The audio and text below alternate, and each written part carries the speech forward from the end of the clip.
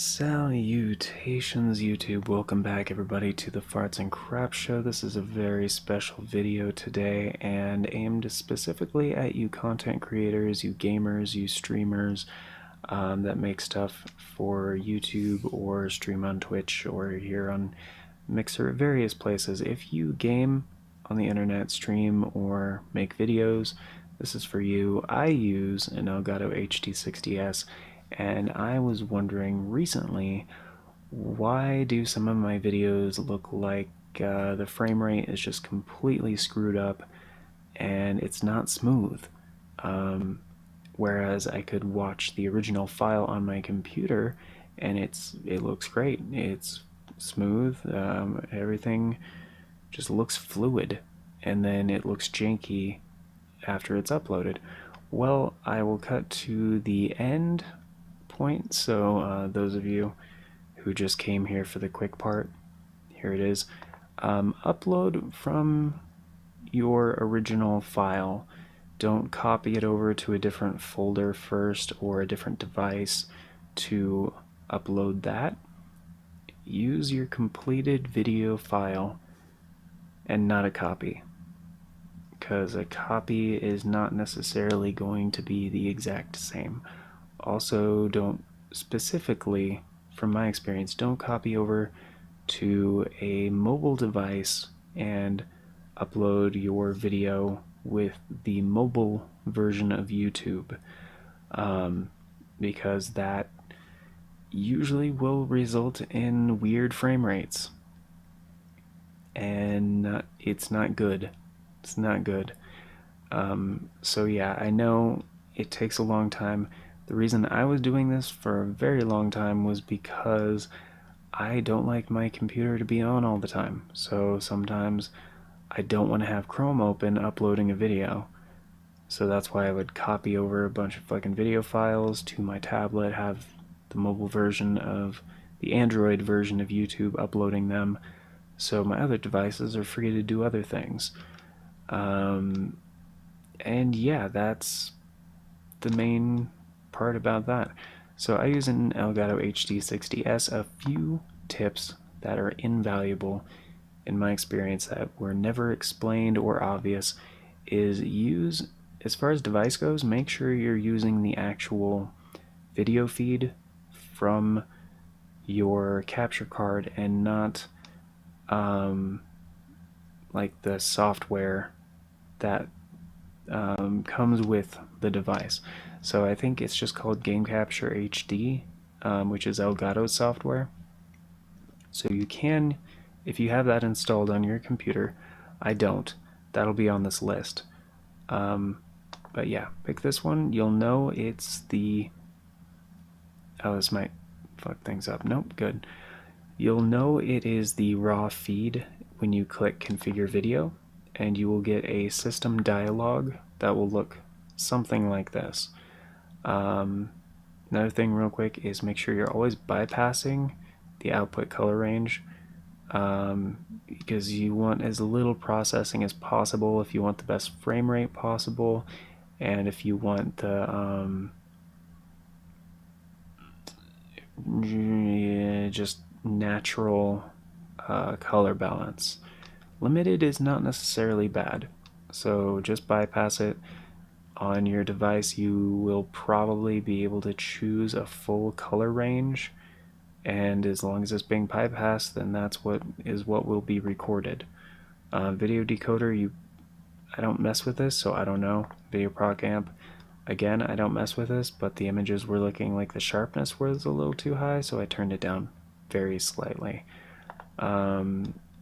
So custom, you know, whatever resolution you are recording, go with that. If the device you are recording only outputs 720p, for example, then make sure to select 1280 by 720, and so you're not stretching the pixels. FPS, I never change these 5 these days. Just 60 FPS, any format, 709, full color range, and disable buffering, because this has never worked properly on Streamlabs OBS. Over in settings, a few things I wanted to say that work best for my system is process priority keep at above normal. That way Windows knows this is important, but it can also take care of background shit. So color format in V12, again 709 full, and I never have that clicked. And do disable Windows auto ducking because yeah, that's not a good thing. You don't want Windows fucking with your audio like that. So on video, if you're not scaling your video footage, just go with bilinear because it's a downscale filter. If you are though, that can actually result in some pretty damn good video quality for like streams and stuff where you have to stream at a lower resolution like 720. Just make sure you go with the third option on the downscale filter that uses 32 samples. Again, common FPS values 60 frames per second. Over in output, which is the last one that kind of matters here, make sure you're in advanced mode, by the way. And I use MP4, but FLV is also good. And you know, recording format, everybody has their favorite. I have experimented with a few of them, and I now prefer MP4 because it just looks the best for how much CPU, GPU usage is needed. One audio track is plenty. You can do multiple, but I wouldn't recommend it. Recording, use hardware encoding, or that should say encoding, I think. Yeah, use either hardware encoding or NVEC if your GPU supports that. Software encoding, I just wouldn't recommend it. Target usage balanced, profile high, keyframe interval 0, just keep it auto, that's great. Async depth is 4, it's kind of the magic number there. Rate control, always use CBR. CBR is the best, and it'll make sure your audio and video stay in sync way better than VBR, or I forget what the other ones are, but they suck. Bitrate, this is always a weird one. So I go with 18,000 because that seems to be the magic sweet spot for my system for videos that are 1080p 60 FPS. Audio bitrate, go with as high as you want or as high as you can. It used to go higher than 320, but it doesn't do that anymore. And another little tip I just remembered, in audio, make sure you go over here and go with the highest sample rate you can. If 96,000 or 96 kilohertz is available, freaking go for that. It's not available for mine. At least stereo. But yeah, 48 kilohertz is gonna give you a little better sound than the default 44.1. But you don't really want to exceed what your recording device, in my case, my mixer, can send to the computer. So if you go to recording under, this Windows ancient shit, find your microphone in the device list, right click, and go under properties, go to advanced, and it's this default format thing. Now you want to allow applications to take exclusive control of the device, but this will typically tell you what the device can do and communicate. So 2-channel 16-bit 48,000 hertz or 48 kilohertz. That's usually plenty good. And audio devices, oftentimes that's kind of the highest that you can go with. But again, it depends on drivers, it depends what kind of device you're using, what operating system, a whole bunch of things. If you're a Mac user, this is totally different. I know because I used to have a Mac way back in the day. I hated it. And also listen to this device, make sure that's unchecked. But yeah, levels, make sure they're at 100. Just, you don't want to deal with like low freaking input volumes and all that jazz.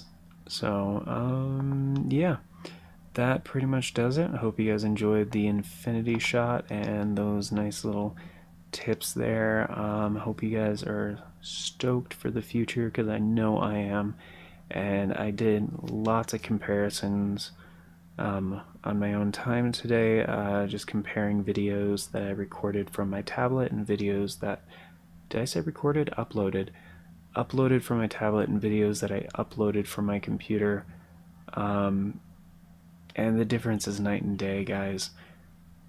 Don't copy over your entire video files to a different place or a different device and then upload the copy.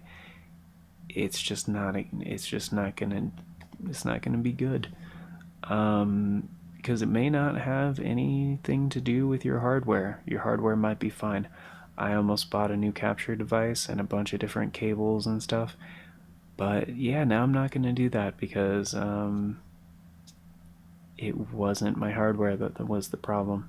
So anyways, thank you guys. You have a beautiful day. If you liked the video, if it helped you out, let me know. I will keep comments enabled in this video, unless you guys want to just troll me and each other, then I'm just gonna disable the comments.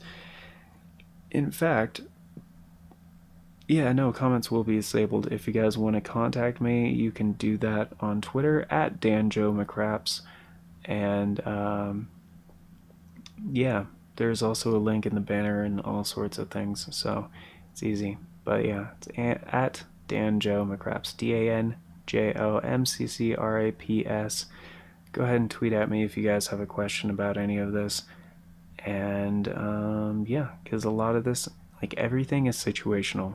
Alright, some of these things may not work for your system because everybody's system is different, everybody has different hardware, or if you're on a different version of Streamlabs OBS, this is not really helpful at all, because yeah, this is specifically for this program and for my hardware.